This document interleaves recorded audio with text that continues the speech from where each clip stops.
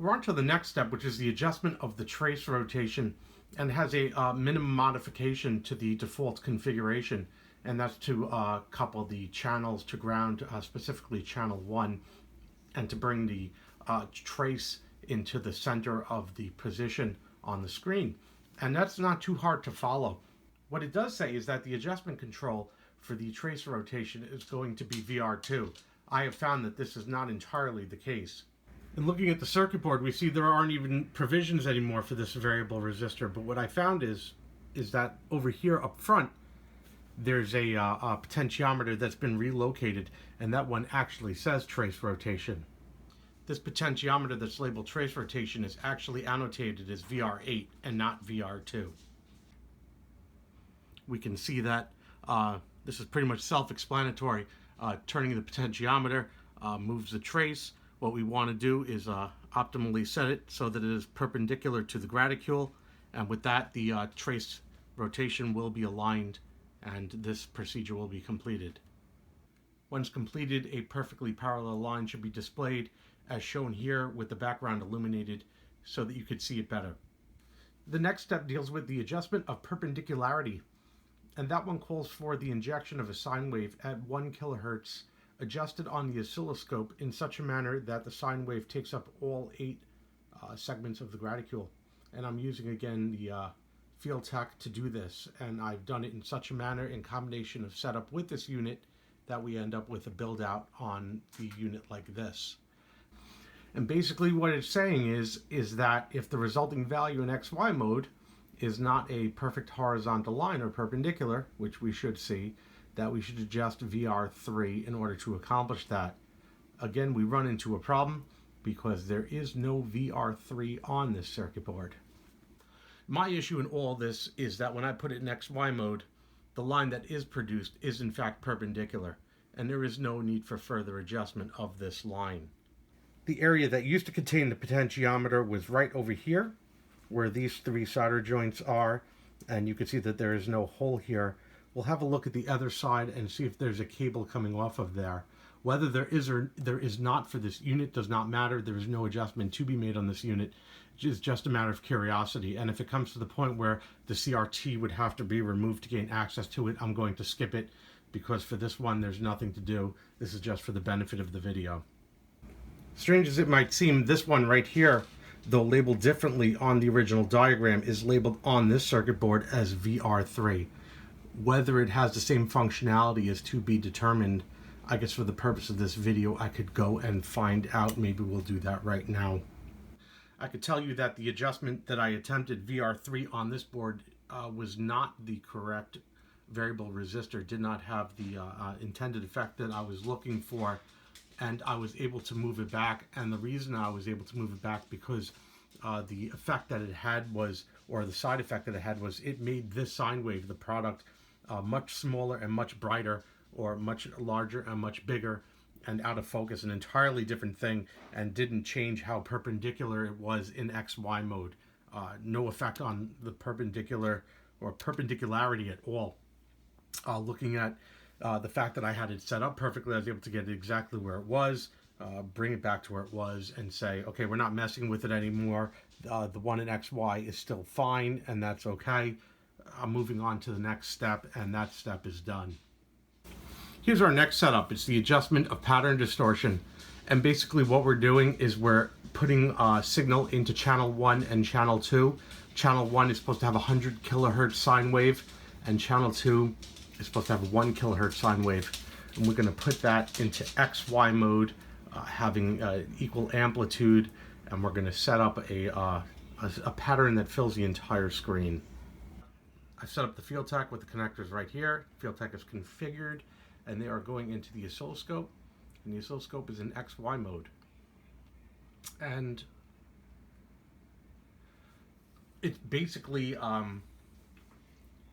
what we're trying to do is look at this pattern, and it just almost fills the entire screen.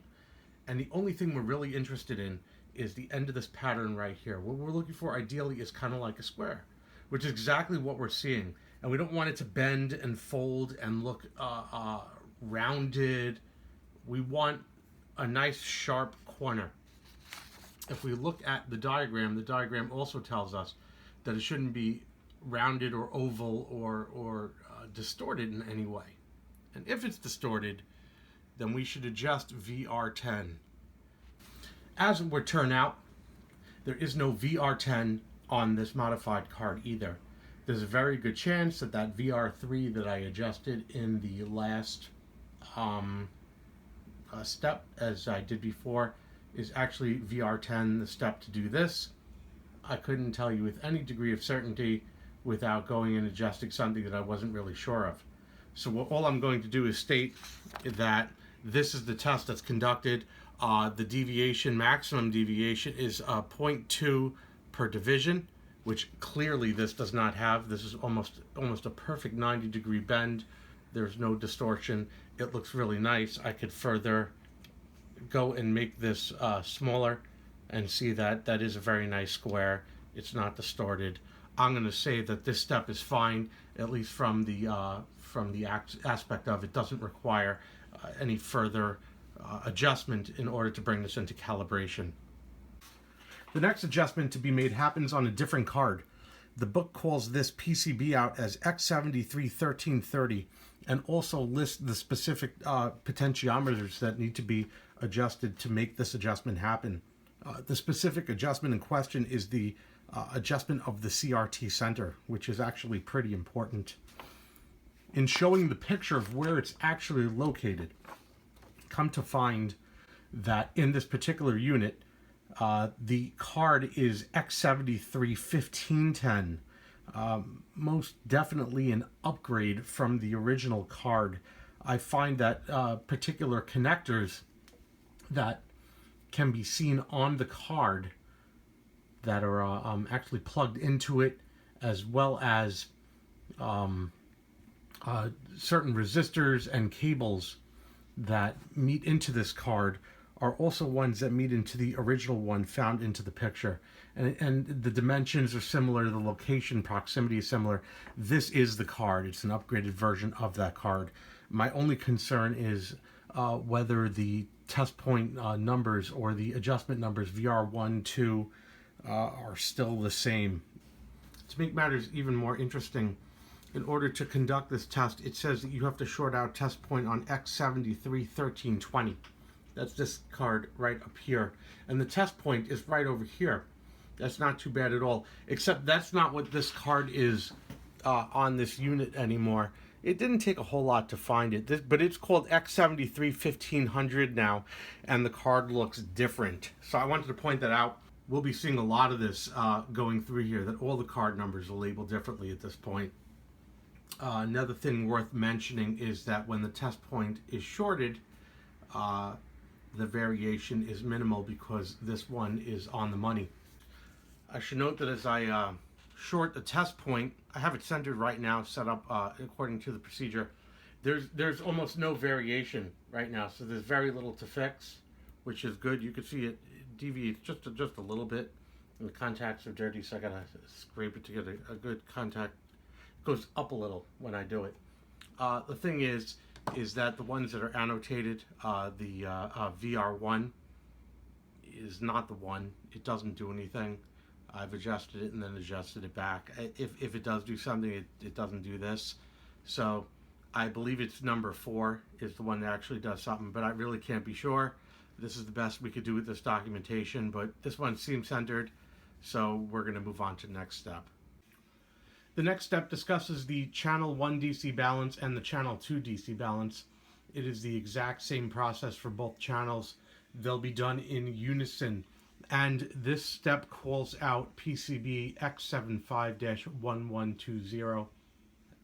As you can imagine by now, this circuit board no longer exists.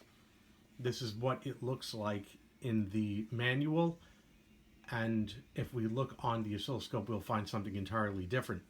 And this is what we actually have on the oscilloscope, and those holes right there is what is used to calibrate that, and it goes into a larger main circuit board. There are a slew of different potentiometers over here. We can imagine that they're not going to correlate to what's in the book. One has almost nothing to do with the other. So here's how it works basically. turn the channel 1 variable knob right here all the way counterclockwise so it's out of calibration, and then with the up down knob here we get this right to the middle of the screen, and this is all the way on what is it, 0.5 millivolts maximum sensitivity. And basically what happens is when we bring this all the way back to calibration, we should see a minimum deflection on here, and if there's any deflection on this line, then we should adjust VR1 to make sure that that deflection is removed or minimized to less than 0.8 per division is what it says, right? And if I turn it, and I think it's really hard to see, I'll try and get a zoom in on here. The deflection is absolutely minimal. I can see it in all the way out of calibration goes up just an absolute hair, and not enough that I would actually do any adjustment on this thing. Zoomed in a bit more, we'll see if we could see it on the camera. Just goes a bit to the right and back and right and back. And that's all I could get from channel 1, and now I'll test channel 2. And here's channel 2 with the exact same criteria. I keep it zoomed in, and when I turn the variable, I see it move just a little bit, but it is so tiny that it doesn't warrant any adjusting whatsoever. So that's channel 2, this is channel 1, and I'm going to say that those adjustments are good, and these 2 steps are completed on to the next step. The next one we're going to do is the adjustment of the channel 1 and channel 2 gain. The process is going to be the same for both. We're going to go through them one at a time. And what we're trying to do is essentially take a known very low voltage square wave of a known value, like I said, and inject it into the oscilloscope, look at it on the oscilloscope, see how many divisions it is, and then adjust the front end accordingly so that it matches up. They even provided a nifty diagram so you could see how a square wave generator plugs into an oscilloscope. I'm going to be doing this a little bit differently because we have more modern equipment available to us. But I did have to make some changes to my generator because I can't generate a stable square wave that is that low of a voltage peak to peak. I've added on to the cable here with a T connector and put a resistor on here to lower the resistance between the signal and ground, and that way I was able to drive the Field Tech a little bit harder. It only goes down a 0.01 volts, and there's not a whole lot of options on this Field Tech. It's not my favorite. This allowed it to come all the way up to 0.34, which was a significant increase to the Field Tech, and being able to drive it with a much higher voltage and then attenuate it provided not only for much stable square wave, but also allowed for much smaller increments of adjustment that I was able to get exactly what I needed with regard to how many millivolts on the output, which I'll display now. So I then plug it into my Handtech oscilloscope, and I'm using the measuring lines. It's not showing up very well in the camera here, but with the measuring lines I could see the delta, and the delta is about 19.8, 19.9 millivolts, almost dead on. I'm running them right in between the fuzz that shows up there at the top and bottom of the square wave waveform, intersecting right through the middle, and that's at 5 millivolts. Turn on the background for a little better illumination, but you could see that when plugging it in and counting the graticules at 0.5 millivolts, we see that this is sitting at about 19.8, 19.9. So dead on. I'm not going to make any adjustments to channel 1. This is in a good condition. I'm going to move on to channel 2. Plugged into channel 2 again, seeing about 19.8, 19.9. All I did was move the cable from over here to over here. Nothing else was done. Just adjusted the position to get an optimal reading. Channel 1 and channel 2 gain are good. I'm going to consider this portion of the calibration not needing adjustment and the section completed. I'll point out, just to be thorough, that the book does call to have this input come off to a T to channel 1 and channel 2. And once these calibrations are done, the unit should be put into dual and alt and ensure that channel 1 and channel 2 perfectly overlap each other as far as how they're set up, that channel 2 should follow channel 1. they should be the same value for this calibration. It's just a secondary check. I wanted to point that out because it's in the instruction for channel 2 gain. This next step is really simple. This is the adjustment of the channel 1 and channel 2 up and down position. And basically I'm setting it up in alt mode right here as shown. Everything's set to ground, 5 volts per division.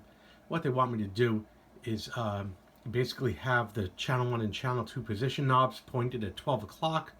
Both should be evenly centered over each other in the middle of the screen, in the middle graticule, and then subsequently moving each one all the way clockwise and counterclockwise should move it more than 4 divisions, which is basically off of the screen.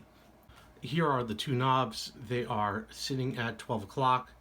We can see that if I move them, it's interesting how when you move them further away, they get dimmer.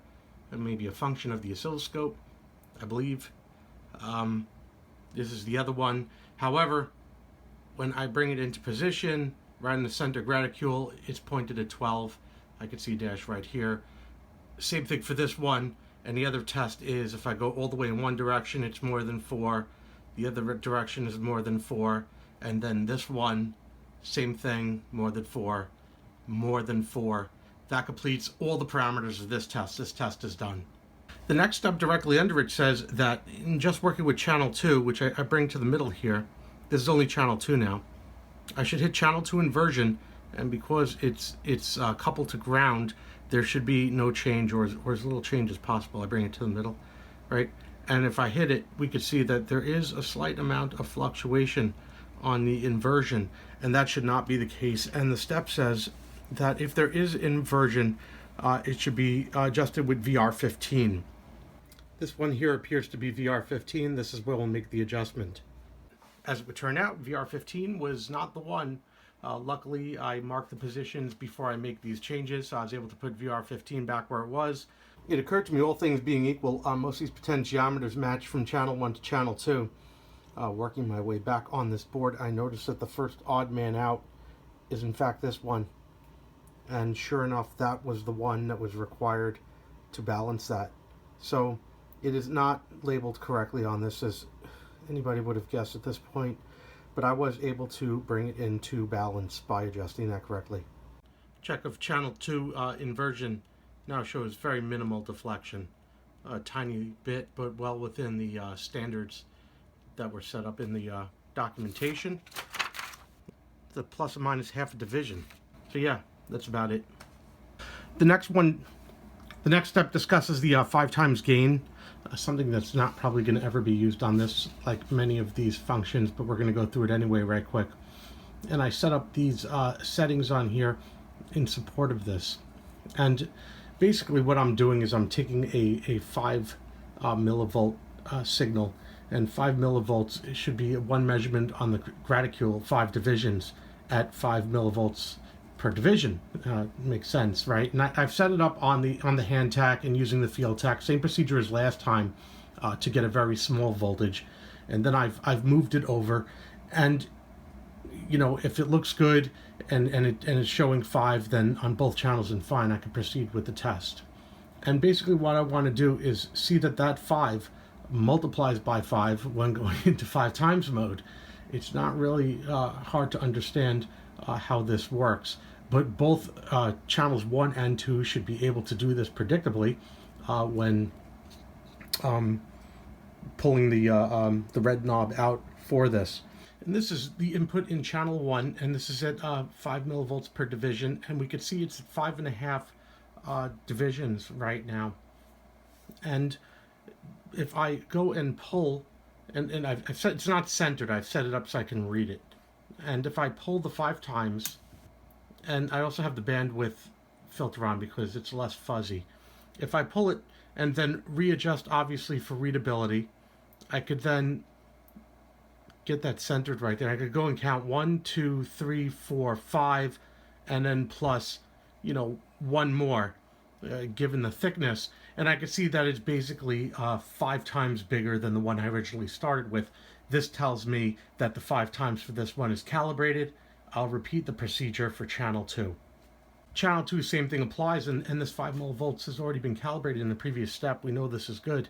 right? So I'll go and pull the 5 times, right? And then I will set this optimally for readability, right in the middle there. And we can see again 5 and just a little bit over 1 on this one. And that tells me that this channel is also good. The 5 times is correct.